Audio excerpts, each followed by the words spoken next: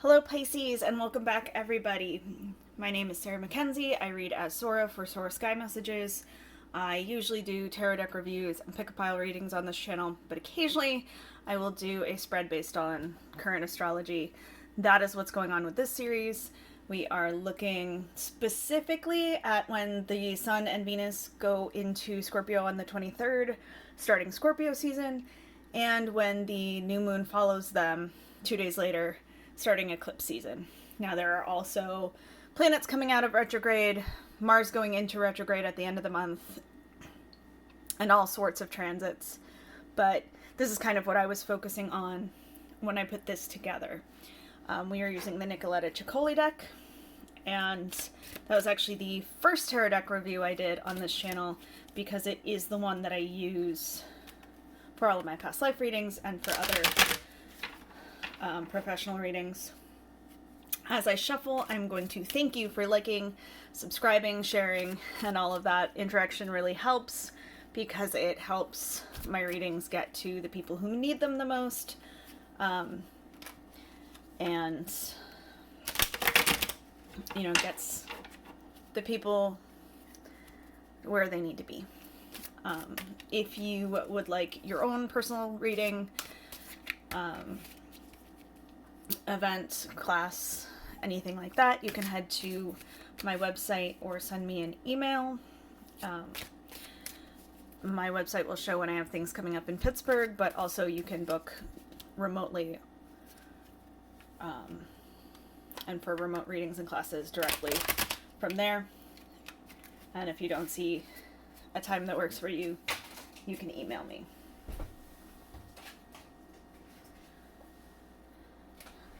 I will not contact you directly unless you have already contacted me. So do not fall for the people out there that are pretending to be some of us.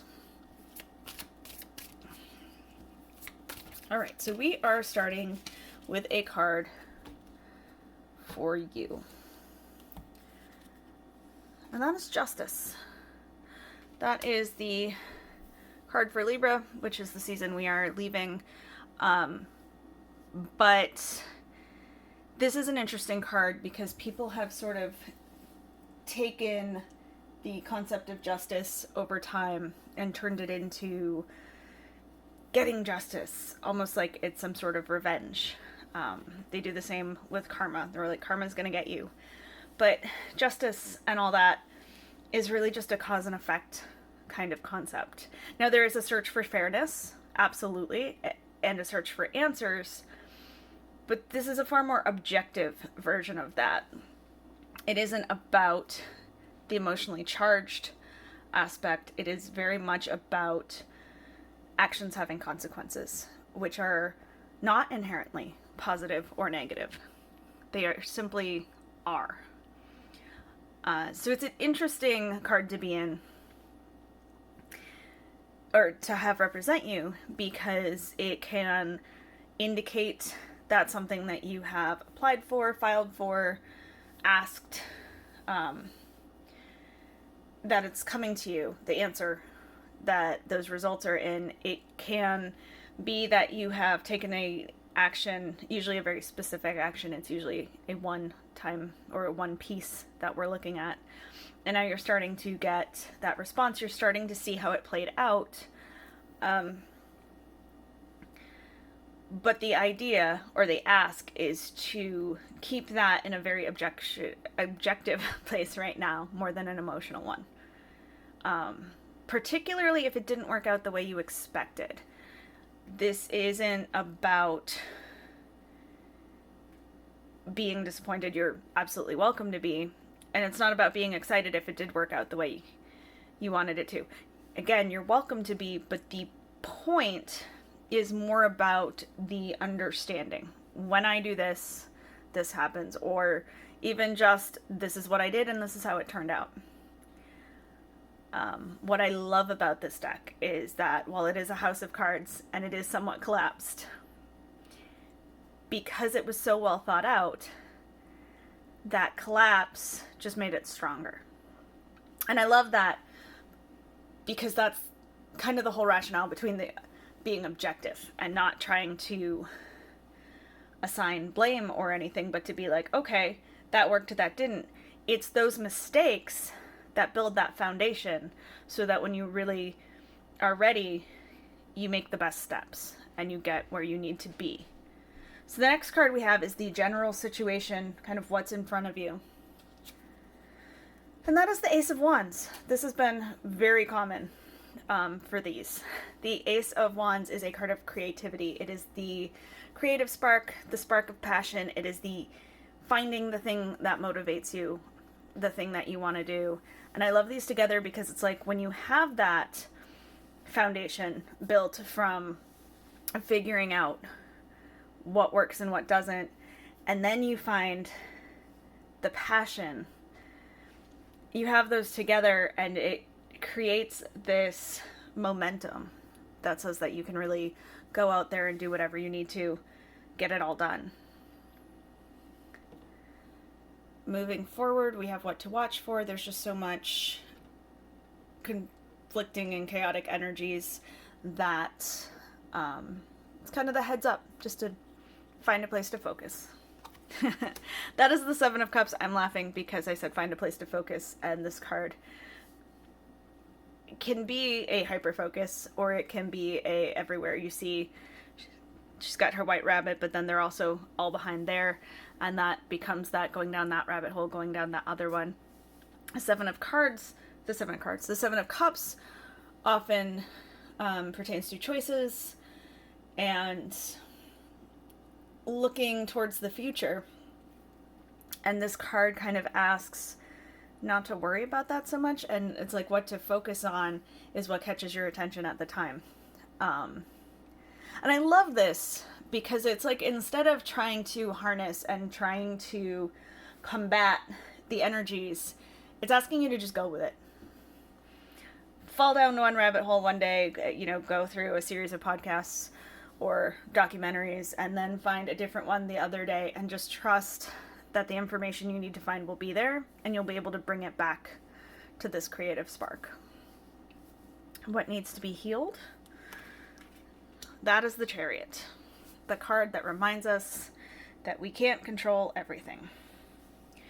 So what needs to be healed? It could be the idea of needing to be in control. The other aspect of the Chariot, though, is that while we can't control everything, the things that we can, the decisions that we can make are the most important.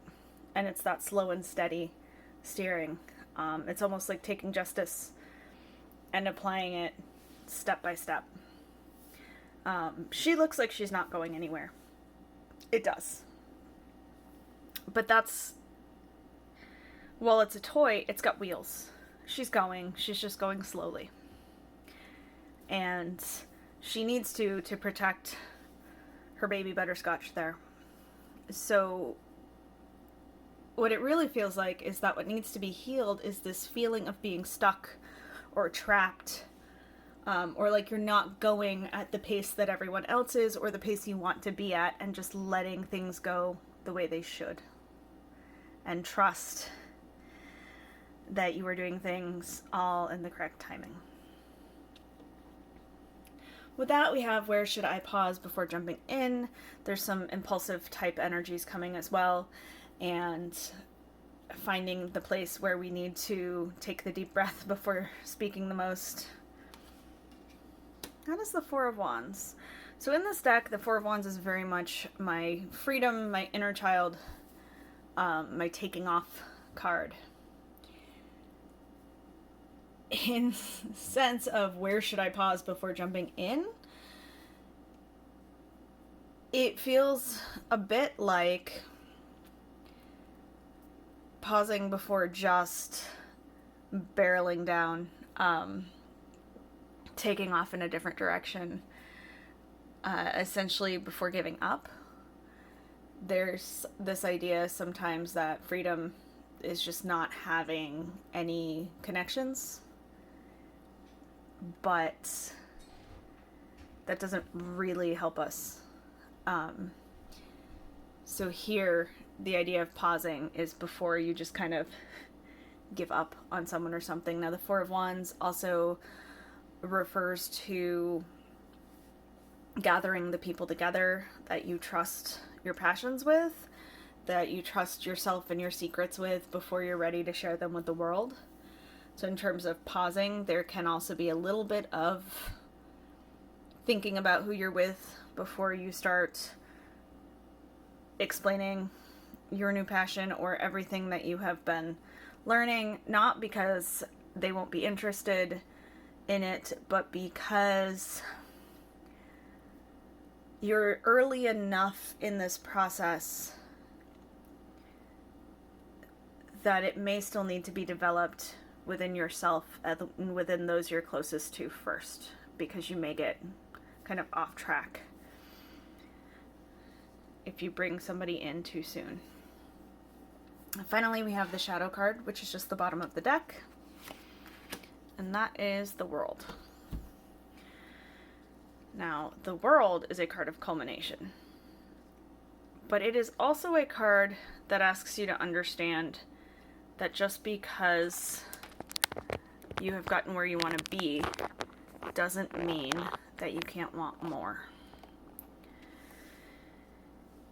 It is a card of looking back and seeing how each choice brought you to the next thing. It is a card that works wonderfully with aces because there is this reflection aspect where you say, hey, I got there. I accomplished something, which means I can accomplish something else, which pushes that Ace of Wands to be a bit of a bigger dream. But it is a card of accomplishment, of having gotten to the end of a cycle and being ready to start another. So Scorpio, because remember, we're Scorpio season, Scorpio has a lot to do with change and transition and growth. And this World card, especially with Justice and the Ace and the Chariot, is encouraging that. It's reminding you that when we close a chapter, when we finish something and start something new, we are actively moving ourselves forward in the cycles of life. And while sometimes new can be challenging, it's also exciting. And so it is encouraging you to dream bigger and go after that growth more. Have a wonderful Scorpio and Eclipse season. Thank you so much.